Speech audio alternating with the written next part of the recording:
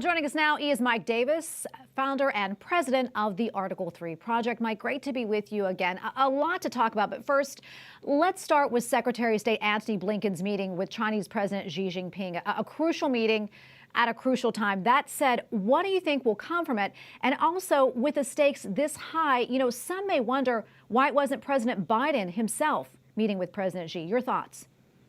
Well, I think President Biden has shown the world that America is weak right now under his leadership. We have Russia exploiting Biden's weakness by trying to take Ukraine, and we have China getting aggressive with Taiwan. And it's just not a good place for America to be. This never happened under President Trump's watch for 4 years. Mike, speaking of President Trump, back here in the United States, a new Rasmussen poll shows that President Biden is trailing former President Trump by about 6 points when it comes to the 2024 election. This despite Trump's indictment on federal charges. Mike, what do you think this signals? I think it signals that the American people understand that the American people, not D.C. insiders, get to pick the President of the United States. And with Alvin Bragg's indictment of President Trump in New York, the Democrats sealed President Trump's primary victory. And with Jack Smith's indictment of President Trump down in Florida, I think that Merrick Garland and Joe Biden have sealed President Trump's election back into the White House. Meantime, a judge ruled today that former President Trump and his team cannot publicly disclose any of the evidence against him when it comes to this indictment. What more do you know about this, Mike?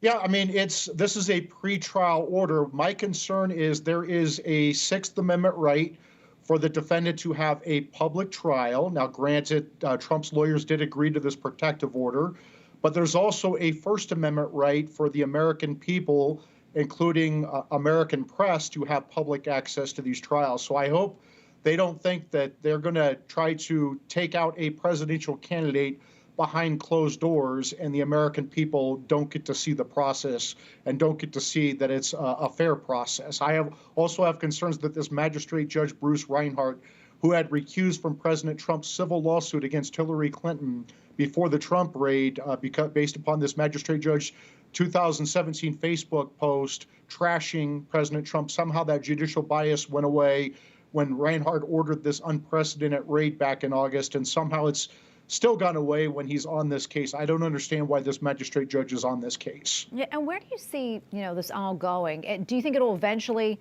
derail former President Trump from running for the White House? No, I actually think it's going to guarantee that President Trump is back in the White House in January 2025. These are bogus political charges as part of the Democrats' lawfare campaign against President Trump because they fear that they cannot beat him in the next election. So they're simply trying to indict him and put him in prison to die. And that's what Garland is doing with these charges. They are ignoring the Presidential Records Act, where the president and former presidents have the absolute right to access their presidential records. And they're ignoring that and charging President Trump under this bogus theory of espionage. Jack Smith, Garland's handpicked special counsel, is used to getting overturned unanimously by the Supreme Court, like Jack Smith did when he got a bogus conviction of potential Republican candidate in 2016, Virginia Governor Bob McDonnell. He got reversed 8-0. It would have been 9-0, but Justice Scalia passed away before the decision was issued. Mike, we have about 30 seconds left or so, but quickly, what else are you following?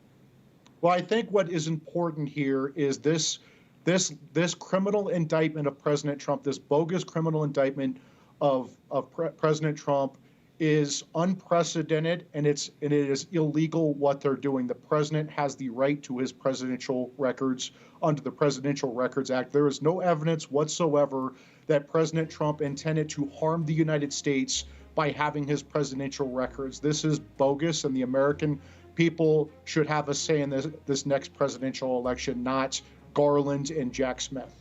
Well, Mike, great to be with you. Always appreciate your insights. Thank you so much.